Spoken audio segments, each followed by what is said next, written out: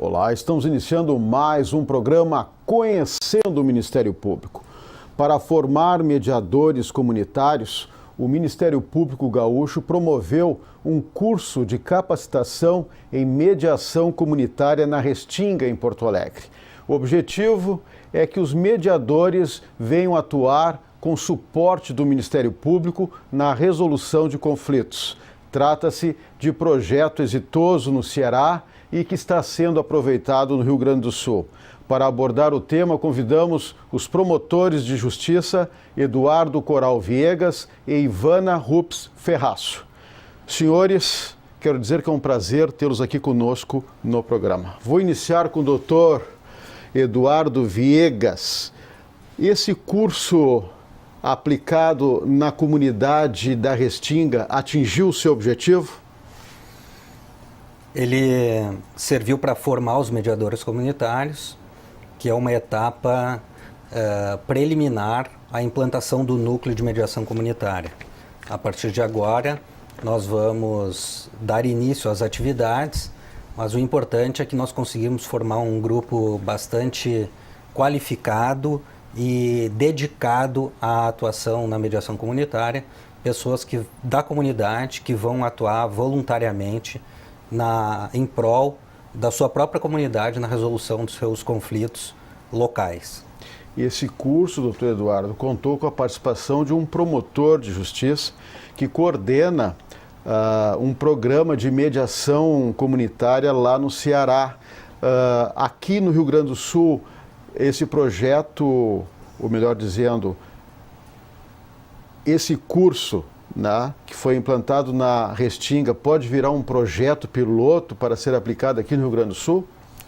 Na verdade, trabalhando na Restinga há muitos anos, eu identifiquei assim, uma necessidade de iniciativas como essa, de a própria comunidade ter como dar conta de seus conflitos.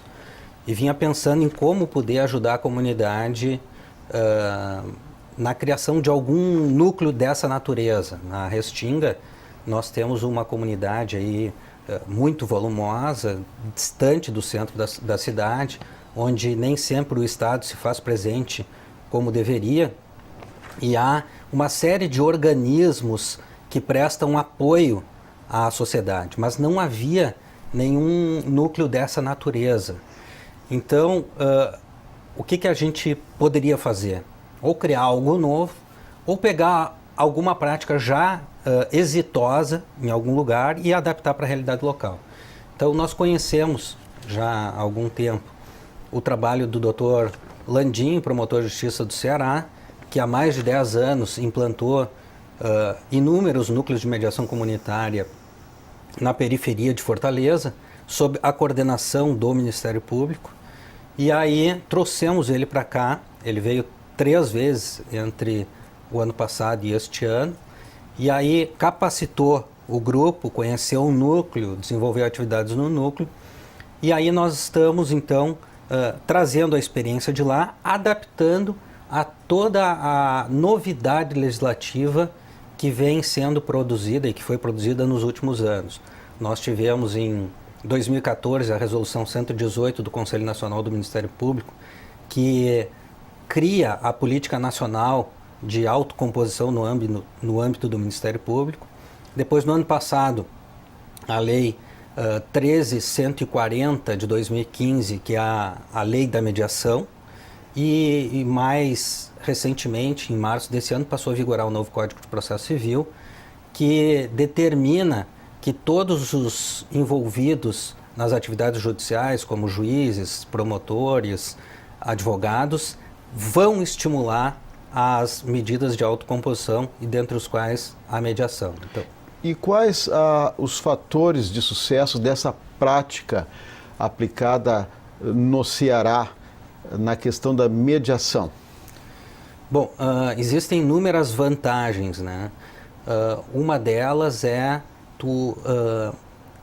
encolhe o tempo, reduz o tempo de solução do conflito. Quando se entra na justiça, a justiça, a gente sabe, muitas vezes demora muito tempo para resolver o conflito, e a decisão, não raras vezes, ela é imposta por um juiz que não conhece a realidade das partes. Além disso, na justiça são designadas audiências de conciliação para resolver um conflito muitas vezes complexo, como é uma questão familiar, aí em 10, 15 minutos. Na mediação, um terceiro, que não é necessariamente formado em direito e normalmente não é formado em direito, ele fica frente a frente com as partes, numa mesa redonda, no mesmo nível, não num nível diferenciado, apenas para permitir que elas, numa conversa entre elas, num tempo mais prolongado, uma sessão de mediação demora em média de 1 hora, 1 hora e meia, e pode ser repetidas tantas sessões de mediações quantas forem necessárias, para que as pessoas cheguem à conclusão de qual é o seu problema, sem a interferência do mediador. Ele é só um facilitador, ele não pode sugerir os problemas nem as soluções, e aí, identificados os problemas, as próprias partes cheguem na composição do seu conflito. E uma vez elas tendo chegado àquela composição, as relações ficam mais amistosas e elas conseguem cumprir, executar aquilo com que elas se comprometeram de uma maneira mais efetiva. Doutora Ivana, a senhora teve oportunidade de participar dessa experiência lá na Restinga. Eu gostaria de saber o seu ponto de vista, o que a senhora achou e também qual a diferença entre essa mediação comunitária e a mediação tradicional. O curso foi muito exitoso e foi uma grande satisfação fazê-lo, muito especialmente por encontrar na Restinga, embora uma região de vulnerabilidade social, muitas pessoas da comunidade interessadas em darem conta da solução dos seus conflitos na própria comunidade. Eu diria que a diferença entre a mediação tradicional e a mediação comunitária é que todas elas se voltam para a comunidade, solucionar os problemas da comunidade. Mas a mediação comunitária, ela é feita pela comunidade e na comunidade. Então, são facilitadores inseridos já na comunidade, conhecedores dessa realidade, e eles se propõem a fazê-la na comunidade. Não é no fórum, é sim em entidades da comunidade. Então, o acesso se torna mais facilitado, as pessoas da comunidade reconhecem esses espaços e acessam eles com mais facilidade. Portanto, podemos dizer que o êxito desse projeto depende muito do engajamento das pessoas. Certamente, daqueles que se tornarão os facilitadores e também da sensibilização da comunidade para que acesse esse serviço, que é uma novidade e, na verdade, é uma quebra de paradigma. As pessoas, quando movidas por conflitos, elas estão acostumadas a recorrer ao poder judiciário. E essa modalidade, a mediação e todas as formas de autocomposição, elas são uma forma de empoderamento das pessoas. Na justiça tradicional, o diálogo não se dá diretamente entre as partes.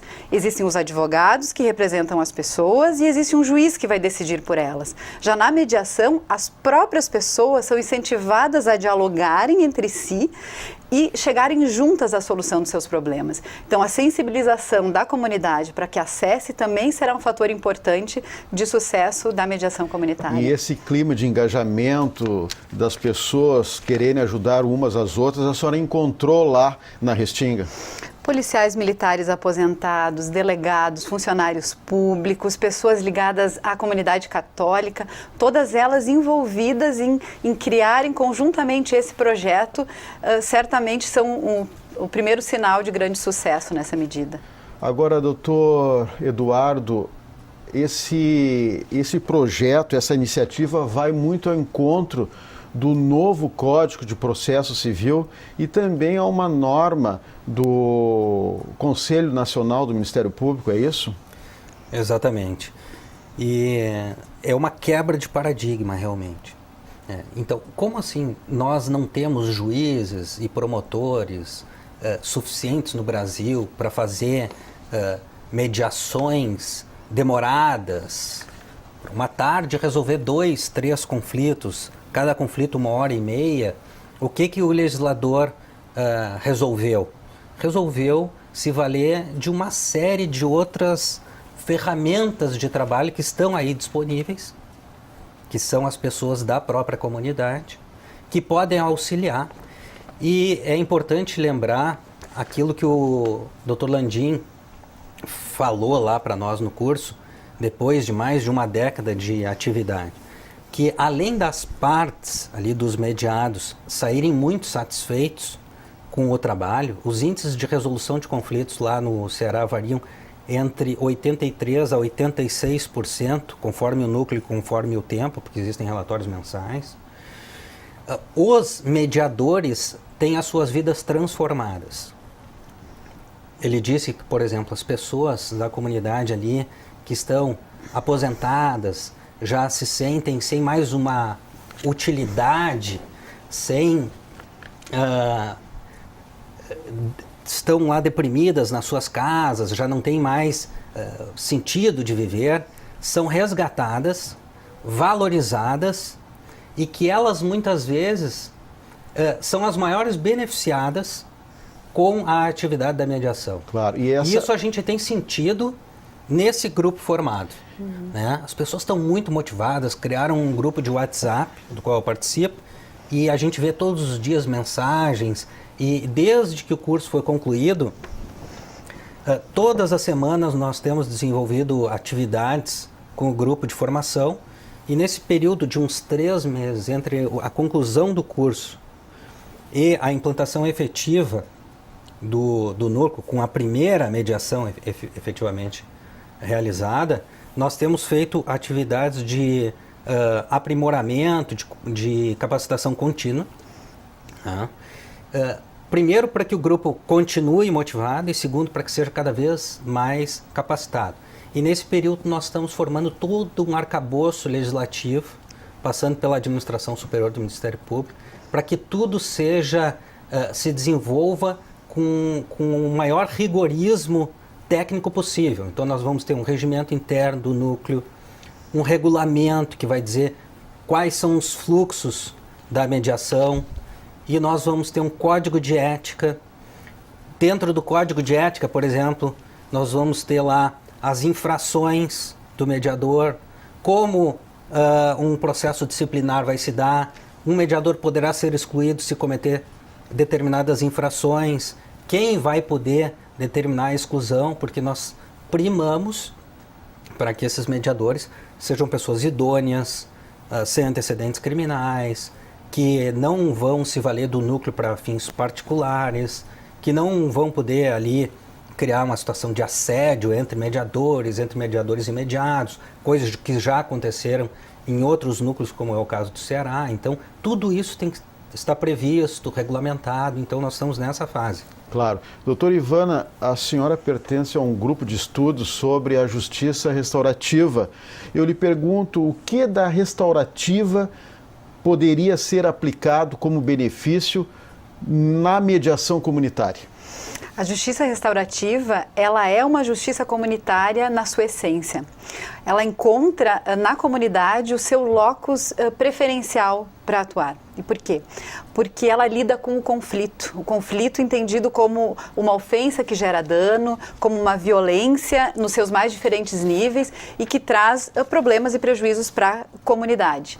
E como é que ela lida com esse conflito? Ela procura ver qual é o dano que o conflito causa para as pessoas e para as relações, e pessoas concretas, a vítima, o próprio ofensor e a comunidade. E é nesse ponto, a comunidade ela se vê envolvida no trabalho de responsabilização. Se pergunta quem é que cometeu o dano, quais são as necessidades da pessoa que sofreu esse dano e como é que se vai resolver isso, e se responsabiliza sempre o ofensor a resolver junto com a comunidade esses danos.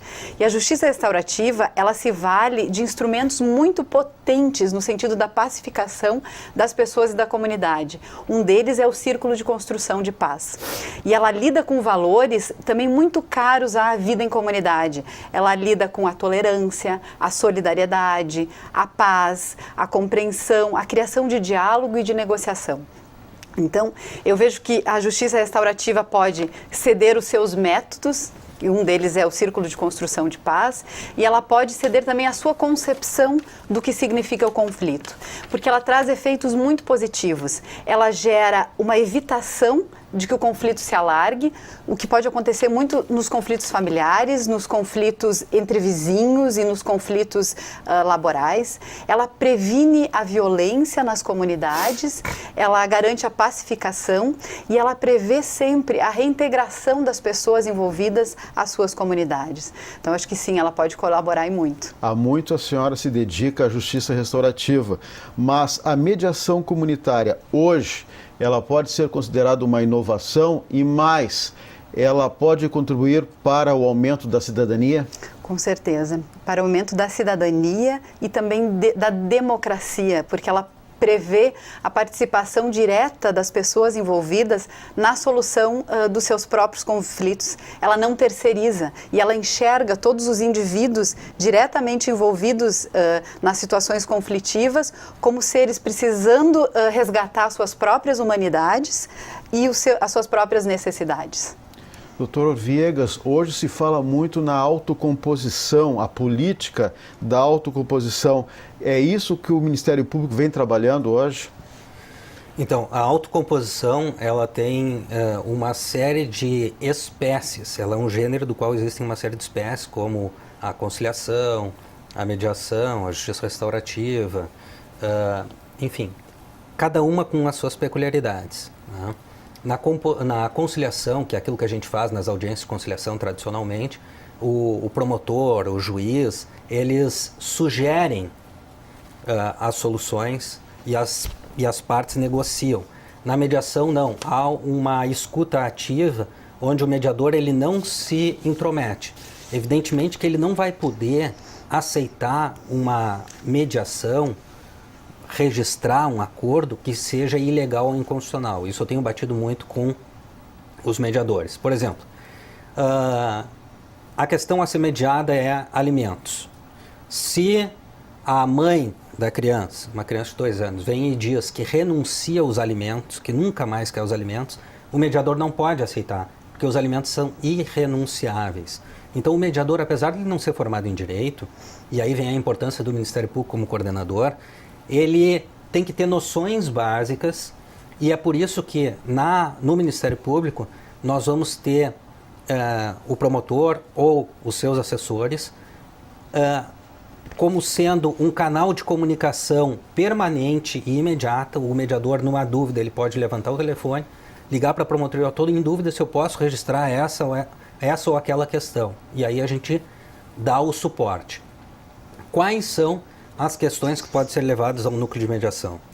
Questões de direito privado, disponível, como, por exemplo, uma dívida de aluguel, ou então com o mercadinho, ou um emprestou dinheiro para o outro, familiar e tal, como questões envolvendo direitos indisponíveis, mas transigíveis, como são algumas questões relacionadas ao direito de família, como alimentos, visitas e tal.